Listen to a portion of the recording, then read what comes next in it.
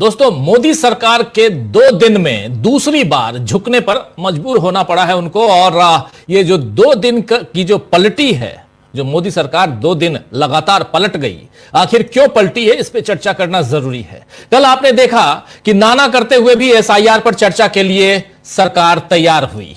SIR का नाम न लेकर जो नाम ली इलेक्शन रिफॉर्म का, उसमें वो और भी फंस गई। कल हम लोगों ने इसी जगह इसी वक्त हमने चर्चा की थी, क्योंकि विपक्ष को और टालने की स्थिति और टालने के हालात नहीं थे और उससे वो आगे निकल नहीं सकती थी मोदी सरकार। वहीं आज संचार साथी ऐप पर सरकार ने पूरा यू टर्न ले लिया है। अब ज्योतिरादित्य सिंधिया जो संचार मंत्री हैं, उनको भी कहना पड़ेगा कि मेरी तपस्या में ही कोई कमी रह गई होगी जो मैं समझा नहीं पाया। जी हां, कल से सिंधिया जी यही समझा रहे थे कि संचार साथी ऐप से कोई जासूसी नहीं होगी, लेकिन डिजिटल और दूरसंचार तकनीकी के कई विद्वानों ने ऐप प्री इंस्टॉल करने के फैसले पर सवाल उठाए थे। मोबाइल बनाने वाली दिग्गज कंपनियों ने भी ऐतराज दर्ज किया था और खासकर एप्पल जैसी कंपनियां ने तो बिल्कुल ही। वहीं कांग्रेस समेत तमाम विपक्षी दलों ने इस पर तीखा हमला बोला। आज तो पवन खेड़ा ने ऐसी तैसी प्राइवेसी इसी नाम से ऐसी तैसी प्राइवेसी इसी नाम से प्रेस कॉन्फ्रेंस कर दी। और क्या कुछ कहा है पवन खेड़ा ने, चलिए उनसे ही इस चर्चा की शुरुआत करते हैं, इस प्रोग्राम की शुरुआत करते हैं। सुनिए जरा पवन खेड़ा संचार साथी ऐप पर क्या कह रहे हैं। समझिए, आप इनके मकसद समझिए और इनका जो रिकॉर्ड है, मैं 2-3 चीजें तो बता ही चुका हूं आपको, लेकिन मैं सिलसिलेवार आपको इनका रिकॉर्ड बताना चाहता हूं। 2017 में सुप्रीम कोर्ट में निजता को मौलिक अधिकार मानने के विरोध में भाजपा की सरकार खड़ी हुई थी, याद कीजिए। इन्हें लगता है हम सब भूल जाएंगे। 2018 में 10 एजेंसियों को बिना न्यायिक निगरानी के कंप्यूटर से जानकारी इंटरसेप्ट करने का अधिकार दे दिया। 10 agencies without any judicial oversight. DNA profiling bill यही सरकार प्रमोट कर रही थी, पुश कर रही थी। सोशल मीडिया हब का जो प्रस्ताव था, डिजिटल बातचीत पर निगरानी, यही सरकार पुश कर रही थी। आधार डेटा लीक का मैं आपको बता चुका हूं। और 2019 तो ऐतिहासिक साल था जब पेगासस लाया गया, जिसमें न्यायाधीश, विपक्ष के नेता हमारे राहुल गांधी, हमारे कई नेता, केंद्रीय मंत्रियों तक की, अपनी ही पार्टी के केंद्रीय मंत्रियों की जासूसी की गई थी। 2020 में नमो ऐप का हुआ, जिसमें विसल ब्लोअर्स और पत्रकारों के निजी डेटा को लीक करने की और दुरुपयोग करने की आरोप लगे। आप कोई बचे हुए नहीं है, आप ये मत सोच लीजिएगा आप बच गए। आज हिरेन जोशी, कल हिरेन जोशी था, आज कोई और आ जाएगा, सुना है कोई और आ रहा है।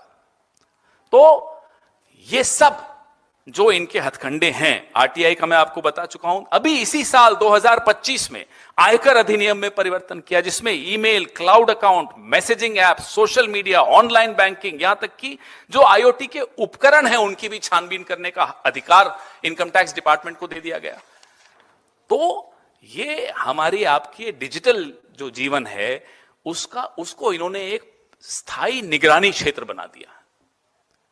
यहां सिर्फ हमारी निगरानी करने का इनका एक षड्यंत्र चल रहा है। हमारे कुछ सवाल हैं। क्या यह सच नहीं है कि सरकारी नियंत्रण वाले ऐप कथित तौर पे नागरिकों के उपकरणों में फाइलें प्लांट करने के लिए प्रयोग किए गए, जैसा कि भीमा कोरेगांव में हुआ? इस सवाल का जवाब दे सरकार। ये तो प्रूव्ड है, सबके सामने है भीमा कोरेगांव में इन्होंने क्या किया था। सरकार हर नागरिक के फोन में ये जबरन ऐप क्यों ठूंस रही है? क्या सुरक्षा कम घुसपैठ वाले तरीकों से नहीं सुनिश्चित की जा सकती? क्या इतनी टेक्नोलॉजी आपके तथाकथित डिजिटल इंडिया में आपके पास नहीं है? इजराइल तो आपका दोस्त है, और भी ऐसे शरीफ देश भी आपके दोस्त होंगे जहां से आपको इस तरह की हार्मलेस टेक्नोलॉजी आप ला सकें, जिसमें ज्यादा इंट्रूड नहीं करें, ज्यादा घुसपैठ हमारी जिंदगी में नहीं करें। क्या भाजपा सरकार ने इस घातक आदेश पर कोई सार्वजनिक परामर्श किया? मैंने तो नहीं सुना। अगर आपने सुना हो तो कोई डिबेट हुई, कोई कंसल्टेशंस हुई, कोई चर्चा हुई? नहीं। एक दिन सुबह उठे और कर दिया। डर है। जेन जी के नाम पे इनके रोंगटे खड़े हो जाते हैं, थर थर कांपते हैं जेन जी के नाम पे। ये तभी नौजवानों के मोबाइल्स में घुसना चाहते हैं। और भी कई कारण होंगे, इनकी नीयत तो ये जाने, आप समझते हैं मैं क्या इशारा कर रहा हूं। 80 करोड़ डिजिटल नागरिकों की सहमति के बिना उनके मोबाइल में घुसने का यह अधिकार आपको किसने दिया? क्या इज दिस डेमोक्रेसी? क्या है ये डेमोक्रेसी लगती है आपको? और मैं अपने दोस्तों से, अपनी पत्नी से, अपने पिता माता, अपने पति, जिनसे भी हम बात क्या कर रहे हैं, इसकी जानकारी सरकार को क्या उत्सुकता है? क्यों है आपको उत्सुकता? क्या इसलिए आप सरकार में बैठे हैं 11 साल से? नागरिकों के आपस में क्या बात चल रही है ये जानने के लिए बैठे हैं। और मिनिमम गवर्नेंस, न्यूनतम सरकार क्या बेडरूम में घुसकर मिलती है? लोगों के बेडरूम में घुस के कहते हैं साहब न्यूनतम सरकार है, ये मिनिमम गवर्नेंस है। माफ कीजिएगा, ये मिनिमम गवर्नेंस नहीं, ये मैक्सिमम इंटरफेरेंस है। अब हम स्पष्ट तौर पे पूरे देश की तरफ से, पूरे विपक्ष की तरफ से, मीडिया की तरफ से, सिविल सोसाइटी की तरफ से, भारत भर की तरफ से इस पाखंड को, इस षड्यंत्र को हम खारिज करते हैं। इसके खिलाफ हम आवाज बुलंद करेंगे, हर स्तर पर करेंगे। देश में इस तरह की जासूसी सरकार द्वारा हम बर्दाश्त नहीं करेंगे। इस देश के हर नागरिक की निजता की सुरक्षा करना हम सबका कर्तव्य है। आप तो सुन रहे थे आप, यहां साफ साफ सीधा विरोध करते हुए, और ऐसे तीखे विरोध के बाद सरकार को यू टर्न लेना पड़ा, यानी पलटना पड़ा। कल एक बार पलटी सरकार एसआईआर पे, आज संचार साथी ऐप पे। हालांकि कांग्रेस ने इस पलटने पर फिर वार करते हुए लिखा है, क्या कुछ लिखा है देखिए, कि मोदी सरकार जासूसी की नीयत से संचार साथी ऐप को हर फोन में प्री इंस्टॉल करने का जन विरोधी आदेश लाई थी। कांग्रेस और जनता के भारी विरोध के बाद मोदी सरकार ने यह आदेश वापस ले लिया। जब भी मोदी सरकार जनता के अधिकारों को रौंदने की कोशिश करेगी, कांग्रेस इसी तरह जनता का विरोध करेगी। जय हिंद। तो कांग्रेस जन अधिकारों के लिए हमेशा खड़ी रहेगी, यह ऐलान एक बार फिर हो गया है। वैसे आज सुबह से ही मोदी सरकार पर कांग्रेस हमलावर रही है। सुबह द हिंदू अखबार में सोनिया गांधी का लेख छपा, जिसमें उन्होंने अरावली पहाड़ियों में खनन के आदेश को डेथ वारंट जारी करने जैसा बताया है। सोनिया गांधी ने यहां लिखा है कि, हालांकि आलेख, वो आर्टिकल बड़ा है, लेकिन उसकी 2 लाइन आपके सामने रखना चाह रहा हूं। सोनिया गांधी ने वहां लिखा है कि गुजरात से लेकर राजस्थान और हरियाणा तक फैली अरावली पर्वतमाला ने लंबे समय से भारतीय भूगोल और इतिहास में महत्वपूर्ण भूमिका निभाई है। मोदी सरकार ने अवैध खनन से पहले ही बर्बाद हो चुकी इन पहाड़ियों के लिए अब लगभग डेथ वारंट पर हस्ताक्षर कर दिए हैं।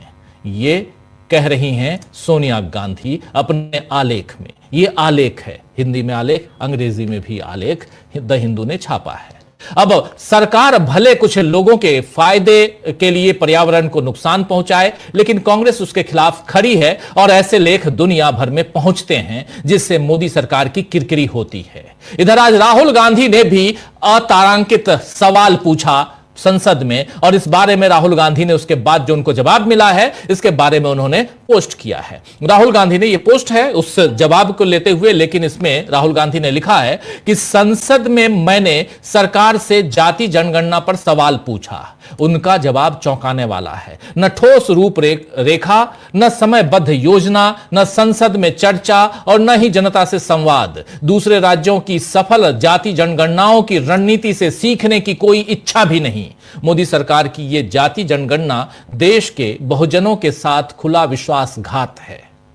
तो जासूसी, डेथ वारंट, विश्वासघात, अब ऐसे ही शब्द मोदी सरकार के साथ जुड़ रहे हैं। सरकार भले यह दावा करे कि वो जीत रही है और इससे विपक्ष को कमजोर करेगी, लेकिन असल में मोदी सरकार ही भीतर से खोखली होती जा रही है। बल्कि आज तो दिल्ली नगर निगम यानी municipal corporation of Delhi MCD के 12 सीटों के लिए उपचुनाव हुए और उन 12 में से 7 वार्ड ही बीजेपी जीती। 7 वार्ड ही बीजेपी जीती इसलिए कह रहा हूं क्योंकि पिछली बार इन 12 में से 9 सीटें थी बीजेपी के पास। जीत से ज्यादा महत्वपूर्ण बात यह है कि उसे उन 2 सीटों पर हार मिली है जो पहले उसके पास थी। नारायणा दिल्ली में ही आता है। नारायणा में आम आदमी पार्टी और संगम बिहार में कांग्रेस ने बीजेपी से सीटें छीन ली। यह एक एक सीट भी विपक्ष के खाते में जाना बता रहा है कि दिल्ली की जीत आगे बरकरार रखना बीजेपी के लिए मुश्किल हो सकता है। यह बातें इसलिए कह रहा हूं कि जब ईमानदारी से चुनाव हो तो यहां तक बात आती है। लेकिन खास बात यह है, जरा इस चुनाव में भी आम आदमी पार्टी ने बीजेपी पर चुनाव चोरी, वोट चोरी के गंभीर इल्जाम लगाए हैं। यानी आप अगर वोट चोरी के जो आम आदमी पार्टी यहां पर इल्जाम लगा रही है और वो अगर सही है, तब भी चोरी करके भी आप पिछली बार के रिकॉर्ड को बरकरार नहीं रख पाए, 9 सीटें नहीं ला पाए। खैर, लेकिन दूसरी तरफ थोड़ा और आगे बढ़ते हैं। देश के रक्षा मंत्री कुछ कदम और आगे चले गए। उन्होंने तो सीधा, अब उनके अंदर पता नहीं पिछले दिनों क्या सवार हो गया, कौन सा भूत सवार हो गया है, वो ऐसे ऐसे बयान दे रहे हैं देश के रक्षा मंत्री राजनाथ सिंह साहब कि वो अपने बयानों में घिरते हैं। 5-7 दिन तक ट्रोल होते हैं, फिर कुछ नया लेके चले आते हैं, फिर ट्रोल होते हैं, फिर कुछ नया लेके चले आते हैं। पता नहीं वो अपने आज की तारीख में, इतना लंबा करियर उनका है, आज की तारीख में वो और क्या कुछ पाना चाहते हैं, क्योंकि रक्षा मंत्री के बाद तो अब सिर्फ और सिर्फ प्रधानमंत्री का पद बचता है। क्या मोदी को रिप्लेस करना चाहते हैं वो? और यह बात इसलिए कह रहा हूं कि उन्होंने सीधे पंगा ले लिया देश के इतिहास से। और इतिहास की बात करें तो देश के पहले प्रधानमंत्री से, जवाहरलाल नेहरू से। क्या कुछ कहा है पहले यह बताता हूं आपको। दरअसल मामला जो है यह बता देता हूं, फिर आगे बढ़ेंगे और सुना देता हूं आपको राजनाथ सिंह की कहानी, उनकी जुबानी। राजनाथ सिंह ने सीधे हमला बोल दिया नेहरू जी पे और यह कहना है कि बाबरी मस्जिद बनवाने के लिए सरकारी खजाने को खोलना चाहते थे, सरकारी खजाने के पैसे का दुरुपयोग करना चाहते थे नेहरू जी, जवाहरलाल नेहरू, देश के प्रधानमंत्री। वो तो भला हो इनके सो कॉल्ड आज के पटेल साहब के, पटेल साहब जो गृह मंत्री थे उस समय, सरदार वल्लभ भाई पटेल, पटेल साहब का भला हो कि उन्होंने रोक दिया। चलिए, जुबानी जो भी है, जो भी बात कहना है वो कहते हैं, इस पे हम चर्चा जरूर करेंगे। कांग्रेस ने इस पर प्रतिक्रिया दी है, वो भी सुनेंगे। लेकिन पहले राजनाथ, अब सवाल इनसे पूछा जाना चाहिए माननीय राजनाथ सिंह साहब से कि क्या सरकार का खजाना किसी और जगह से भरा जाता है? क्या सरकार खुद कमाती है या उसके खजाने में देश के टैक्स पेयर का पैसा नहीं आता? क्या चाहे जनता डायरेक्ट अपनी पूंजी दे या टैक्स पेयर दे, जेब तो जनता की ही खाली हो रही है। लेकिन यहां बाबरी मस्जिद की बात आती है तो नेहरू पर सीधे आरोप, अयोध्या की बात आती है तो देश की जनता की बात कि देश की जनता ने पैसा दिया। बता दीजिए जरा, नरेंद्र मोदी जी ने अपनी जेब से कितने पैसे दिए, आपने कितने पैसे दिए, यह भी बता दीजिए। यह बात यहां बताने की जरूरत नहीं है। राजनाथ सिंह के बयान पर कांग्रेस सांसद प्रमोद तिवारी ने क्या, इस दुनिया में नहीं, यानी न सरदार पटेल है न ही नेहरू जी हैं, और कम से कम झूठ बोलकर उनके ये पाप तो मत कीजिए। लेकिन क्या दबाव है राजनाथ सिंह पे? कई लोग बोलते हैं कि बेचारे बहुत अच्छे हैं, लेकिन मैं पर्सनली कहूंगा कि अच्छे और बुरे की बात नहीं है। जिस नाव पे वो सवार हैं, वो नाव कैसी है वो आप सब जानते हैं, तो वो आपको चूज करना है। अगर एक ही नाव हो और 10 लोग सवार हो, 10 अलग अलग विचारधारा के लोग सवार हो, तो बात कुछ और होती है। लेकिन जब अलग अलग नाव है, अलग अलग बातों, अलग अलग विचारों की नाव है, तो ये तो आपको तय करना है। फिर उसके बाद बेचारे क्यों, बेचारगी कैसी? राजनाथ सिंह जी तो सोच समझ के बातें कर रहे हैं, आखिर क्यों कर रहे हैं, यह सवाल भी उठता है। तो पलटी से लेकर राजनाथ सिंह, और क्या दबाव है बीजेपी के ऊपर, क्या दबाव है राजनाथ सिंह के ऊपर, क्या दबाव है नरेंद्र मोदी के ऊपर, यह सब तो दबाव, प्रेशर यही तो दिखाई दे रहा है। तो कैसे हर तरफ से घिरकर कमजोर दिख रही है बीजेपी। वैसे कमजोर तो अब रुपया भी हो चुका है दोस्तों, जिसने रुपए ने आज 90 का आंकड़ा, 90 रुपए $1 का, 90 का आंकड़ा क्रॉस कर लिया है। मोदी कब तक अपने आप को इन नाकामियों से बचा पाएंगे? मोदी तो कहते थे कि रुपए जो है वो आधे कर देंगे हम, 40 रुपए, याद है ना? वो कुछ बाबा लोग मोदी जी का साथ दे रहे थे, वो तो बिल्कुल कहते थे। पेट्रोल की कीमत कहां आ जाएगी और कैसे? अब तो इस दुनिया में नहीं है डॉक्टर मनमोहन सिंह, देश के पूर्व प्रधानमंत्री, कैसे नरेंद्र मोदी पूर्व प्रधानमंत्री मनमोहन सिंह का मजाक उड़ा रहे थे उस सदन में, यह आप सबने देखा है। क्या यह सवाल आज का मीडिया पूछेगा? शायद नहीं पूछेगा, कोई बात नहीं, हम पूछेंगे। चलिए चर्चा की शुरुआत करते हैं। फिर पलटी मोदी सरकार, यहीं से हमारे साथ कुछ वरिष्ठ साथी जुड़े हुए हैं, उनसे परिचय करवाता हूं। हमारे साथ देखिए इस वक्त 6 वरिष्ठ साथी जुड़े हुए हैं। अमलेंदु उपाध्याय जी हैं, प्रशांत टंडन जी हैं, शकील अख्तर जी हैं, डॉक्टर राकेश पाठक जी हैं, सुनील शुक्ला जी हैं और प्रेम कुमार जी हैं। आप सबका स्वागत इस्तकबाल है। स्वागत इस्तकबाल आप तमाम दोस्त साथी शुभचिंतक आप सबका, जो अब तक जुड़ चुके हैं उनका भी, जो जुड़ने वाले हैं उनका भी। शकील जी सबसे पहले आपके पास ही कुछ जी बिल्कुल एक बड़े आयाम में आपने इसको समेटने की कोशिश की और कैसे यहां नरेंद्र मोदी की सरकार को पलटने पर विपक्ष मजबूर कर रहा है या वो खुद को बचाने के लिए ये सब कर रही है ये, और उसमें भी अभी चूंकि संसद का सत्र चल रहा है। लेकिन राजनाथ सिंह के मामले में आओ अमलेंदु जी आपके पास। राजनाथ सिंह के मामले में आज जब प्रेस कॉन्फ्रेंस कर रहे थे पवन खेड़ा, शुरुआत में शकील जी ने कहा भी था, उसको जरा सुन लेते हैं कि क्या कुछ कहा है सरकार का। एक तो आपने सुना प्रमोद तिवारी का बयान भी, जरा पवन खेड़ा को सुनिए। मंत्री को तो हम यही कहेंगे साहब, आप तो ऐसे न थे, बाकियों का तो समझ में आता है, बहुत पढ़े लिखे प्रधानमंत्री हैं, उनका समझ में आता है, जो बोल देते हैं, अब लोग हंसते हैं। रक्षा मंत्री भी बोलने लगेंगे इस तरह की बातें। भाई बताइए कहां है आपके पास सबूत? ये कहां से हवाबाजी करने आ गए आप? इसका सबूत नहीं है उनके पास। लेकिन यहां झंडेवाला में 800 साल पुराना मंदिर अभी कुछ दिनों पहले गिराया जा रहा है क्योंकि आरएसएस के मुख्यालय की पार्किंग बनानी है। इसका सबूत है हमारे पास। ये अजीब सी बातें करते हैं साहब। नेहरू जी ने बाबरी मस्जिद, अरे भाई बाबरी मस्जिद कब बनी थी? 1560 में बनी होगी शायद। नेहरू जी कब पैदा हुए थे? सरदार पटेल जी की मृत्यु कब हुई थी? 1950 में हुई थी। उसके 14 साल बाद भी नेहरू जी तो थे ना। बनाई क्या बाबरी मस्जिद? तब तो सरदार पटेल नहीं थे ना रोकने वाले। तो राजनाथ सिंह जी को चाहिए कि मोदी के राह पे ना चलें। भाजपा में को बहुत बड़ा नुकसान मोदी जी करके जा रहे हैं।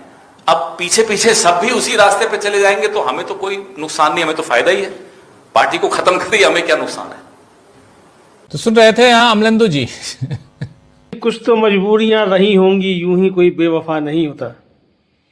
तो कुछ तो मजबूरियां रही होंगी कि राजनाथ सिंह जो है बेवफा भी हो रहे हैं और गुजराती सरदार वल्लभ भाई पटेल की प्रशंसा कर रहे हैं। आपने गौर से सुनिए जो कह रहे हैं। कह रहे हैं कि गुजरात के सपूत जो हैं उन्होंने जो है सरदार वल्लभ भाई पटेल ने, अरे भाई तो गुजरातियों की इतनी ही पूजा करनी है तो सीधे सीधे मोदी जी की, अमित शाह जी की करो। वो ताया ताया गुजराती हैं, काहे को सरदार वल्लभ भाई पटेल तक जा रहे हो गुजरातियों की पूजा करने के लिए? फिर गांधी तक जाना पड़ेगा। गोडसे से काम नहीं ना चलेगा।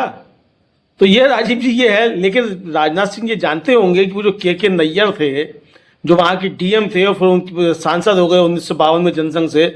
1964 में उनकी पत्नी शकुंतला नैयर थी, वो भी सांसद हो गई। लेकिन आज उनके घर में कोई दिया जलाने वाला नहीं है जिन्होंने बाबरी मस्जिद में मूर्तियां रखवाई थी। और सरदार पटेल ने बहुत सख्त लहजे में उस डीएम को का जिक्र करते हुए गोविंद वल्लभ पंत को चिट्ठी लिखी थी कि वहाँ डीएम आज आपका जो है वो गड़बड़ कर रहा है बहुत ज़्यादा। तो ये सरदार पटेल हैं। मुझे राजीव जी याद है, हमारे एक मित्र थे, अब वो इस दुनिया में नहीं है, वो जा रहे थे अमेरिका और उसी समय इनकी यात्रा शुरू हुई थी लालकृष्ण आडवाणी की सोमनाथ से अयोध्या वाली, जिसको लेकर।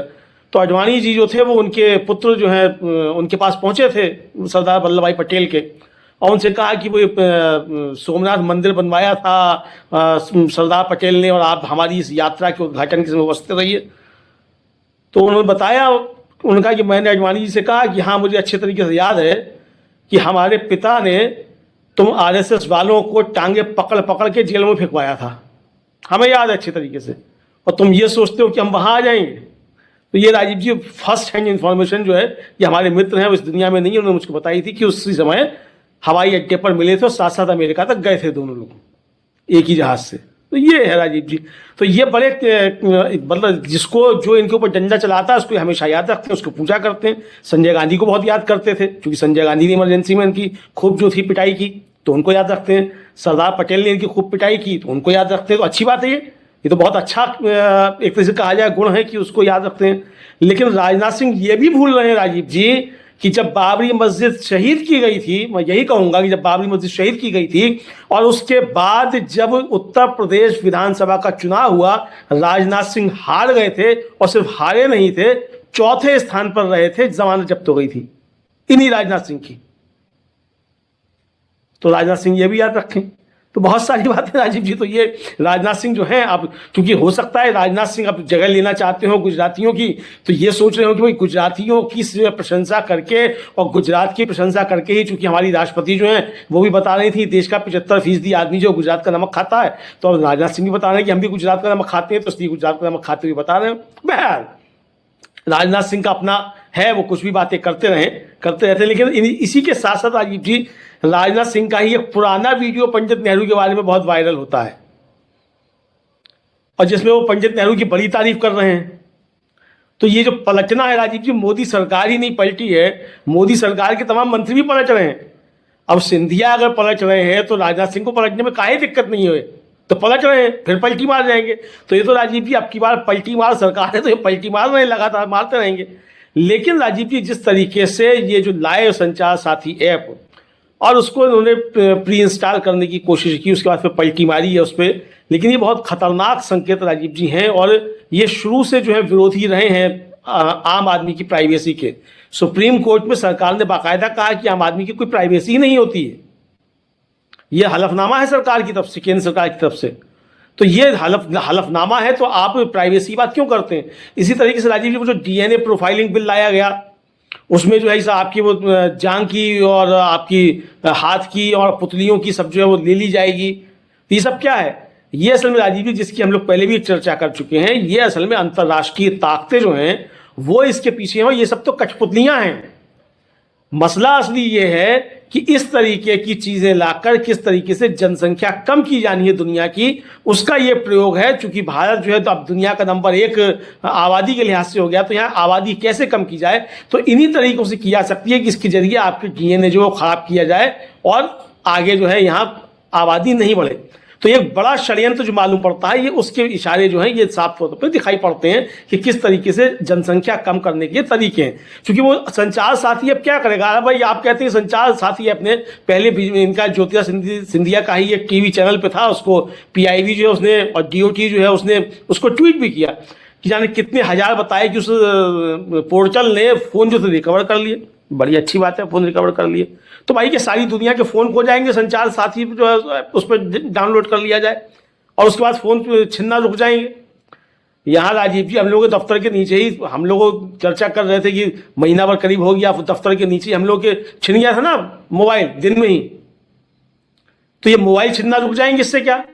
तो अब कानून व्यवस्था की कोई आवश्यकता नहीं है, मोबाइल छिनना जो है वो संचार साथी ऐप से रुक जाएंगे।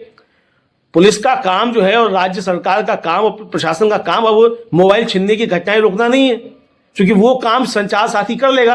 तो भाई ऐसी और ऐप ले आओ, तो पुलिस की जरूरत क्या, हटाओ यहाँ से, फालतू का पैसा खर्च होता है, ऐप से काम चल जाएगा। तो या इस तरफ पढ़ रहे हैं। तो बहुत सारी चीज़ें राजीव जी इस तरीके की हैं। तो और दूसरी बात जो राजीव जी कि SIR के मसले पर घिरे हुए हैं पूरी तरीके से, उससे ध्यान हटाना है। अब SIR के बाद जो चीज़ें आ रही हैं, कल जिसकी हम लोगों ने विस्तार से चर्चा की भी कि इंडियन एक्सप्रेस की जो खबर आई, उस खबर के बाद राजीव जी, उस खबर के बाद अभी तक उस खबर पे किसी का कोई खंडन भी नहीं आया है। ना सुखबीर सिंह संधू साहब जो चुनाव आयुक्त हैं उनका आया है, ना ज्ञानेश कुमार का आया है, ना चुनाव आयोग की तरफ से आया है, और ना वो मिसलीडिंग का ठप्पा लग के आया अभी तक कि खबर मिसलीडिंग है। तो इसका मतलब राजीव जी, अगर ज्ञानेश कुमार जी में हिम्मत है तो वो शपथ पत्र देकर कहें कि ये खबर झूठी है, वरना देश से माफी मांगे कि उन्होंने देश के साथ विश्वासघात किया है। तीसरा विकल्प नहीं है ज्ञानेश कुमार जी के पास अब उस खबर आने के बाद। तो ज्ञानेश कुमार जी शपथ पत्र देकर कहें कि वो खबर झूठी है, वरना देश से माफी मांगे, ये करना ही पड़ेगा। तीसरा विकल्प बचा नहीं है। तो राजीव जी, चूंकि अब संसद में नारे लग रहे थे, वोट चोर गद्दी छोड़, पुतिन आ रहे हैं, पुतिन के सामने भी अगर नारे लग जाते तो क्या होता। लेकिन पुतिन आ रहे हैं और 3 देशों के राजदूत जो भारत में मौजूद हैं वो पुतिन के खिलाफ जाने क्या क्या लिख देते हैं। यानी कितना बढ़िया हमारा विश्वगुरु है कि आपका एक मित्र आ रहा है जिसको आप बुला रहे हैं और उसके खिलाफ 3 देशों के आपके यहाँ जो राजदूत हैं वो आपके खिलाफ टिप्पणी, मतलब आपके खिलाफ टिप्पणी कर देना, आपके जो मेहमान आ रहा है उसके खिलाफ, और अतिथि देवो वो भी भूल गए। तो कम से कम ठीक करते, पुलिस हटवा लेते वहां से पहना से। तो ये राजीव जी जो चीजें हैं, तो ये सरकार बुरी तरह से घिरी हुई है। अब की बार पलटी मार सरकार, अब ठीक है पलटी मार सरकार है तो पलटी किस किस मारेगी, लेकिन इरादा